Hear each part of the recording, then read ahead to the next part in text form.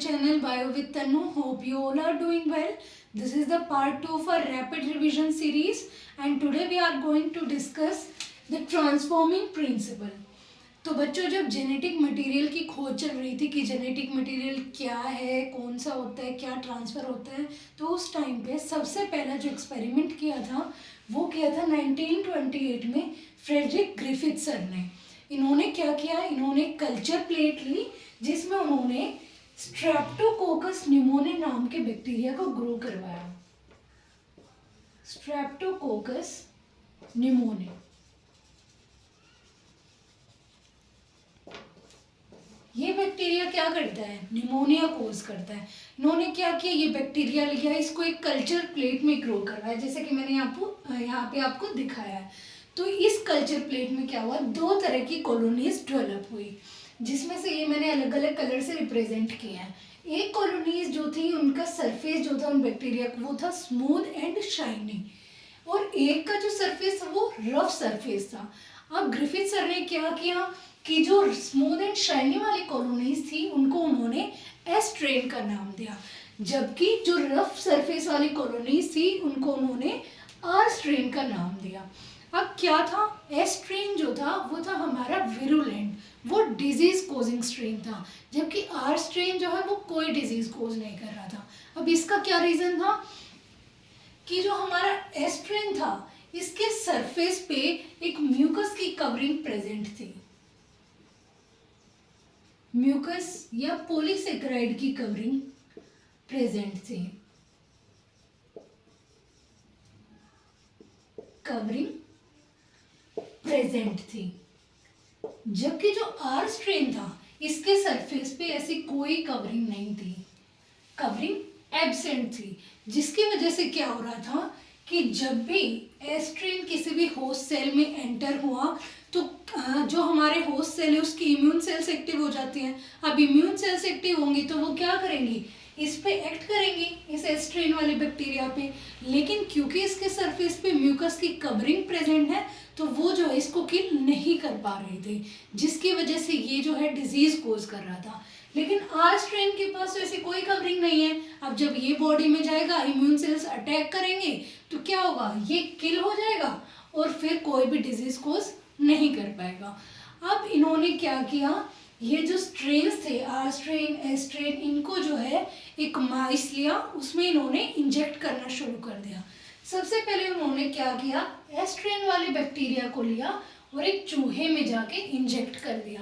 अब क्या हुआ, हमारा जो चूहा था उसकी डेथ हो गई.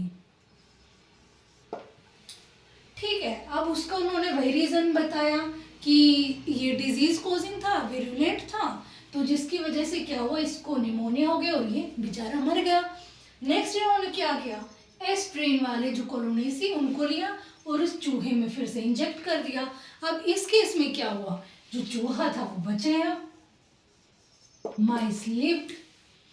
तो इससे इन्होंने बताया कि जो हमारा आर स्ट्रेन है वो नॉन विरुलेंट है, वो कोई डिजीज कोज नहीं कर रहा. डिजीज कोज नहीं कर रहा तो क्या होगा, वो चूहा बेचारा जिंदा ही रहेगा, चूहा हैप्पी यहाँ पे. अब अगला क्या किया इन्होंने, एस स्ट्रेन वाले जो बैक्टीरिया थे उनको इसने हीट किल्ड कर दिया. अब हीट किल कर दिया तो वही है, ये मर गए. अब ये इस जब चूहे में इन्होंने इंजेक्ट किया तो जो हमारा माइस था वो जिंदा रहा. ठीक है, तो अब इन्होंने वही बताया कि जो हीट किल था तो जो कवरिंग है वो डिस्ट्रॉय हो गई होगी, जिसकी वजह से वो इन्फेक्ट नहीं कर पाया और जो माइस था वो लिव्ड. नेक्स्ट केस इन्होंने क्या लिया, एस स्ट्रेन वाले जो बैक्टीरिया थे उन्होंने उसको हीट किल कर दिया जैसे ऊपर वाले केस में था, प्लस उन्होंने साथ में आर स्ट्रेन वाले बैक्टीरिया लिए जो कि जिंदा थे. अब इन्होंने इन दोनों को ही जो है माइस में इंजेक्ट किया. अब कायदे से तो क्या होना चाहिए था, एस स्ट्रेन है, ये हीट किल्ड है, तो ये क्या करेगा, इन्फेक्शन कोज नहीं करेगा, चूहा जिंदा बचेगा. ये वैसे इन्फेक्शन कोज नहीं करता है तो चूहा जिंदा होना चाहिए था.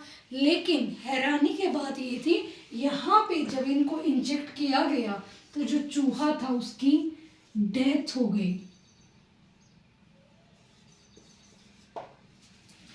अब इन्होंने इससे क्या कंक्लूड किया कि ऐसा इसलिए हो सकता है कि जो हमारे एस ट्रेन है उसमें से कुछ मटेरियल जो है आर स्ट्रेन में गया है, जिसकी वजह से आर स्ट्रेन ट्रांसफॉर्म हो गया है। जिसकी वजह से क्या हुआ, इसने जो पॉलीसेकेराइड की कोटिंग है वो हमारी सिंथेसाइज कर ली, यानी कि कुछ तो मटेरियल ट्रांसफॉर्म हुआ। इन्होंने उसको जेनेटिक मटेरियल बोला कि हो सकता है वो जेनेटिक मटेरियल हो, लेकिन क्या जेनेटिक मटेरियल था, प्रोटीन, आरएनए, डीएनए क्या था, वो ये नहीं बता पाए थे। इन्होंने बस बोला कि कुछ तो ट्रांसफॉर्मिंग मटेरियल है जिसने क्या किया, हमारे आर स्ट्रेन को ट्रांसफॉर्म कर दिया। इसलिए इन्होंने इस प्रिंसिपल को नाम दिया ट्रांसफॉर्मिंग प्रिंसिपल। लेकिन वही जैसा कि मैंने बताया, उसमें जो है कोई भी उसकी कंपोजिशन हमें याद नहीं पता थी कि वो जो ट्रांसफॉर्मिंग मटेरियल था वो क्या था। So now let me summarize this again to you guys. इन्होंने क्या किया था, एक कॉलोनी ग्रो करवाई थी स्ट्रेप्टोकोकस निमोनिया बैक्टीरिया की, जो कि हमारा निमोनिया कोज करता है। इस कल्चर प्लेट में दो तरह की कॉलोनीज आई, एक जिनका सरफेस स्मूथ और शाइनी था, चमक रहा था, एक का सरफेस रफ था। जो स्मूथ वाली थी उनके सरफेस पे एक म्यूकस की कवरिंग थी, उन्होंने क्या किया, उसको एस्ट्रेन का नाम दिया। और जिनके सरफेस पे कवरिंग नहीं थी, जो रफ सरफेस वाले थे, उन्होंने इसको जो है आर स्ट्रेन का नाम दिया। अब क्या था, इन्होंने जो आर स्ट्रेन और एस स्ट्रेन वाले बैक्टीरिया थे, जो कॉलोनीज थी, उनको एक एक करके जो है माइस में इंजेक्ट किया। जब सबसे पहले आर को इंजेक्ट किया, एस को किया, तो जो माइस था उसकी डेथ हो गई। अगले बार में इन्होंने आर स्ट्रेन लिया, उसको इंजेक्ट किया, तो माइस जिंदा रहा।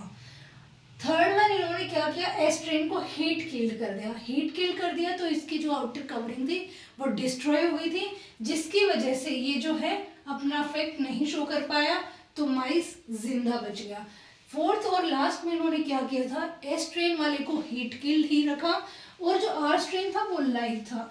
रिजल्ट आना चाहिए था कि जो हमारा चूहा था वो जिंदा ही होना चाहिए था, लेकिन एक अलग ही रिजल्ट आया जिसमें चूहे की डेथ हो गई थी। अब वो उन्होंने इसका रीजन बताया कि कुछ तो प्रिंसिपल है, कुछ तो ऐसा मटेरियल है जो एस स्ट्रेन से आर स्ट्रेन के अंदर चला गया, जिससे आर स्ट्रेन ट्रांसफॉर्म हो गया।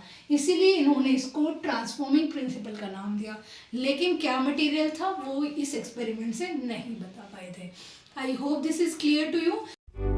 If you like this video, don't forget to hit the like button, subscribe to my channel, and if you have any doubts or any suggestions, do let me know in the comment section. Till then, bye bye, take care.